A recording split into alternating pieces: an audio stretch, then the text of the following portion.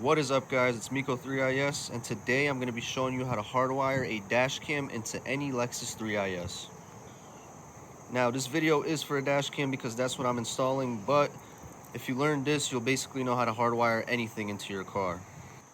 Now, as much as I'd love to work out here, this beautiful weather, it's a little too sunny, so I'm going to go in the garage and show you guys all the tools you're going to need to make this the easiest job. Alright, so what you're going to need are some pliers to get the actual fuses out, some wire cutters and crimpers. This has both in one. Some taps, fuse taps. Make sure you get the right ones because, for example, this wire that is for the dash cam to hardwire, it's a hardwire kit, comes with the wrong size, and I made a mistake initially of buying this one, doing the whole wiring process, and then realizing that I have the wrong one. So you're gonna need the wire as well, dash cam, and the taps or the fuses that are gonna mimic the dash cam basically. All right, so first I'm gonna cut this because that was stuck on. I'm simply gonna just make sure you take the right size in here.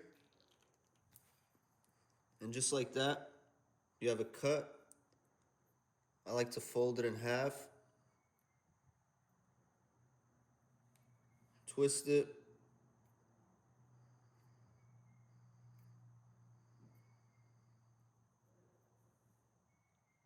Just like that. Then you're gonna take the fuse that you want to attach. Make sure that's in all the way. Take your crimper. It usually has colors on it so you know which ones to go on.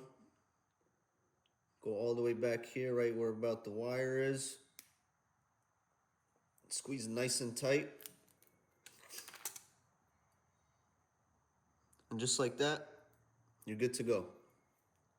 So depending on where exactly you're placing whatever you're hardwiring, for this instance, the dash cam, I'm gonna have it right here, so that means I'm gonna want to run the cable right through here and kind of loop in to connect right here on the dash cam.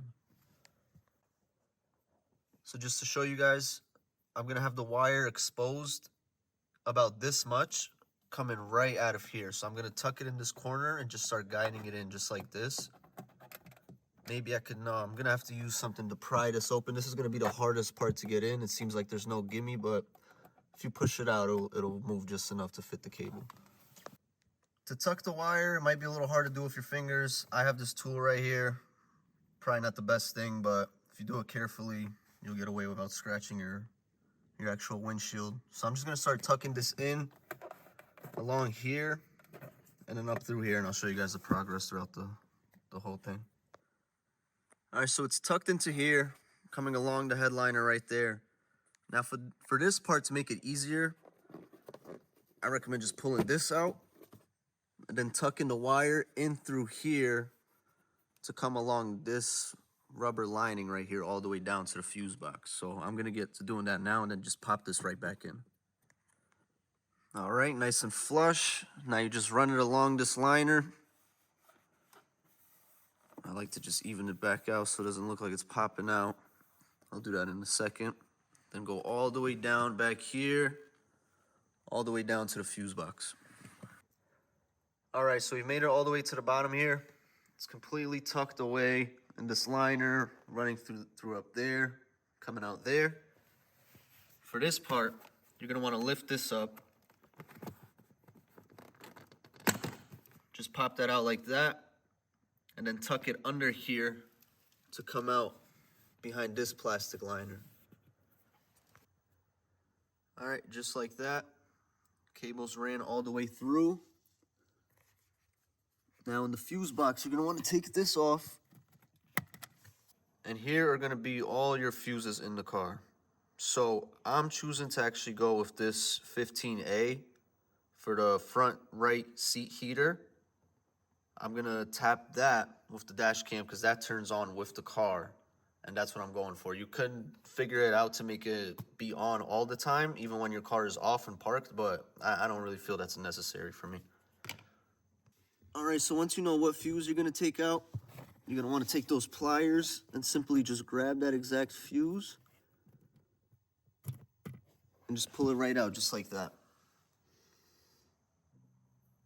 All right, so what you want to do with that fuse that you took out is take it and you want to put it here at the front of the fuse. Make sure it goes in correctly. And that's going to be the fuse that was in the car, and it's going to be here as if it was never affected. Now for the second hole here, you want to take the fuse that's basically going to represent the dash cam, and you want it in the back just in case anything blows out. This one will be the first one to go. Now before you plug the fuses back in, you're going to want to find the ground, which for this car is right here. Untwist it a little bit, and you want to take the ground for the hardwire that you're trying to hardwire. Take it and stick it in between this metal screw right here. Just like that. And then you're going to want to tighten this back up. I'm going to use a screwdriver, but just for now, just hand tighten it, and just like that, your ground is on. All right, once you have your ground in, you're going to take your fuse that you made.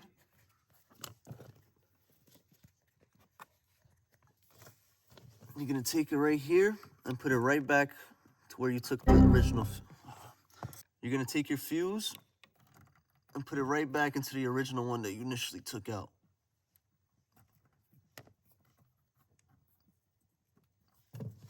And just like that, you should be good to go.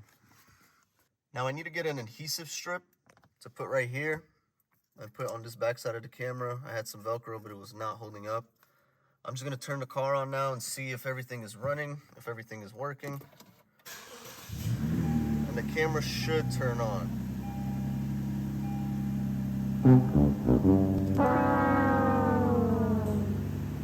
So the camera didn't end up turning on, and I honestly don't know why, but after some trial and error, instead of using this wire, which says right here, it's for on and off of the car, which is what I wanted, I used the always power one and connected it, and that seemed to work just fine when I go ahead and actually start the car all the way.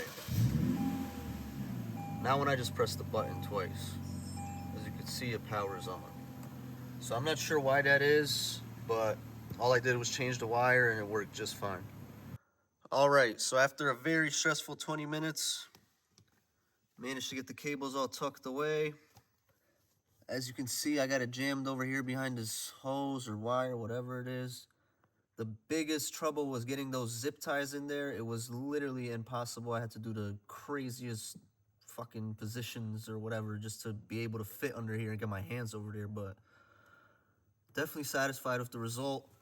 Now, all we gotta do is get the adhesive and get that bad boy up there.